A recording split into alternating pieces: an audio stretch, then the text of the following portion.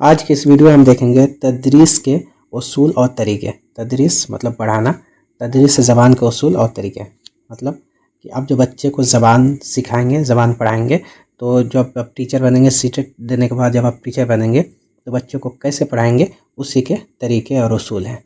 तो बहुत सारे असातिज़ा हैं, बहुत सारे टीचर हैं जो पढ़ाते हैं, लेकिन उसका रूल को, उसका तरीके को नहीं अपनाते, जिसकी वजह से वो पढ़ाते तो हैं लेकिन वो मौसर नहीं हो सकता, वो मौसर नहीं होता और बच्चे ज़्यादा सीख नहीं पाते। तो इसलिए कुछ उसके तरीके और उसूल हैं, तो उस तरीके और उसूल को सीखना है।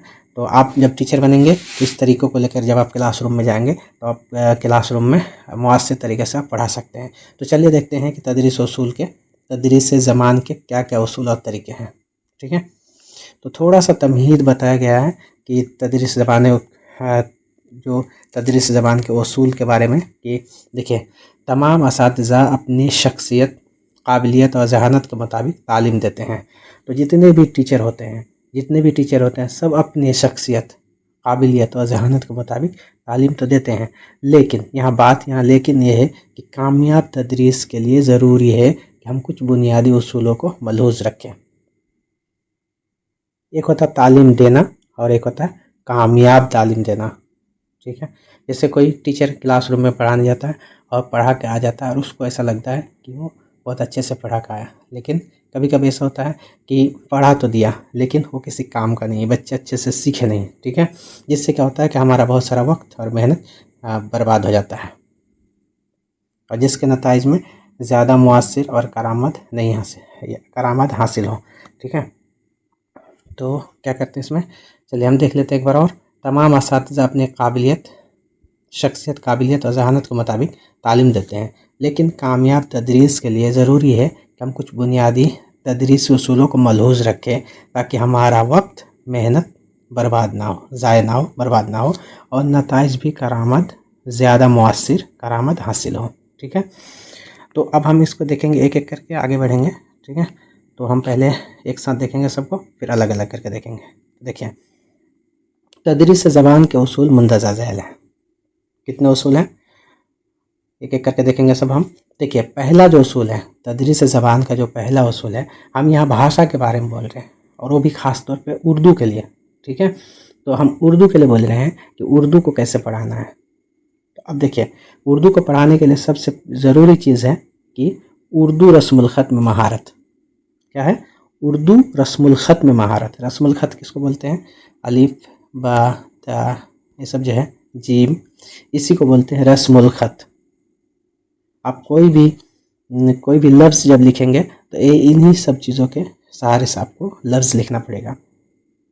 तो इसमें क्या है कि उर्दू रस्मुल ख़त में आपको महारत होनी चाहिए और तलफ़्फ़ुज़ में दस्तरस। तलफ़्फ़ुज़ किसको बोलते हैं, तलफ़्फ़ुज़, जैसे लिखा हुआ ये ज़बान। ठीक है, तो बहुत सारे लोग इसको बोलते हैं ज़बान, जीम से ज़बान। ठीक है, लेकिन ये क्या है, ज़बान है, ज़े से है। ठीक है, ये है। उसके बाद देखिए और सारी मिसाल ले सकते हैं आप। देखिए यहाँ लिखा हुआ शख्सियत, बड़ी सीन से है। तो तलफ़्फ़ुज़ आपका ऐसा होना चाहिए कि बड़ा सीन को कैसे बोला जाता है, शख्सियत। आप शख्सियत नहीं बोलेंगे, ठीक है, शख्सियत बोलेंगे। तो यही चीज़ है कि तलफ़्फ़ुज़ में आपको महारत हासिल हो। देखिए क्या लिखा, तलफ़्फ़ुज़ में दस्तरस हो। देखिए ये क्या लिखा, मुअस्सिर। आप इसको मुअस्सिर नहीं बोल सकते, मुअस्सिर से है।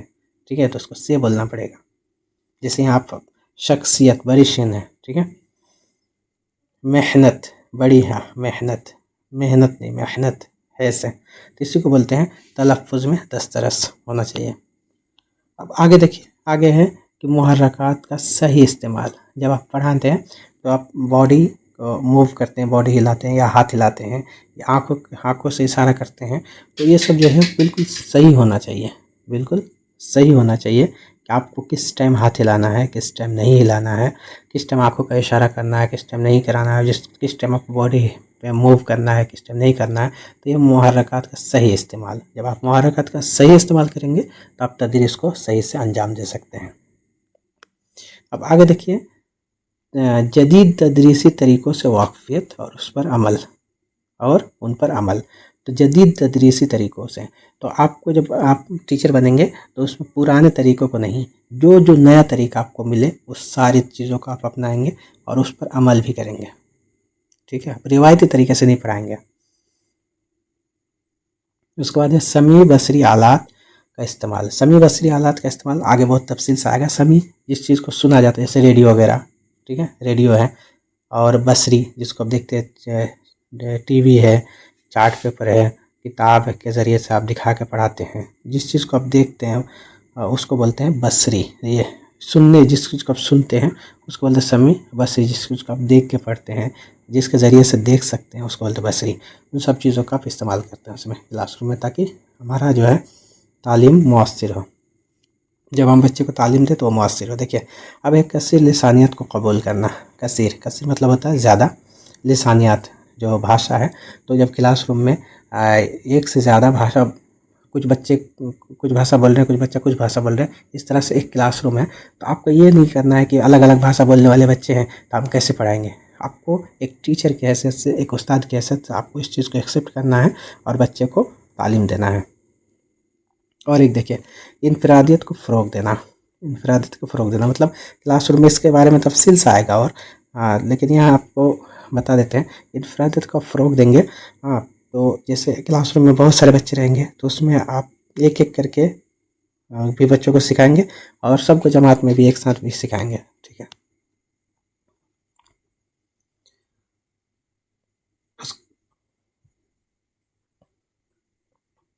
उसके बाद देखिए मश्क का उसूल।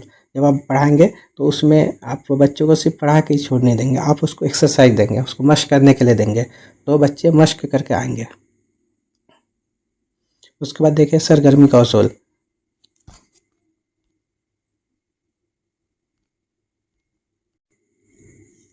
तो ये सरगर्मी का उसूल, आप उसको बच्चों को खेल के ज़रिए से कोई टास्क देके आप उसको कोई खेल के ज़रिए से भी आप उसको पढ़ा सकते हैं।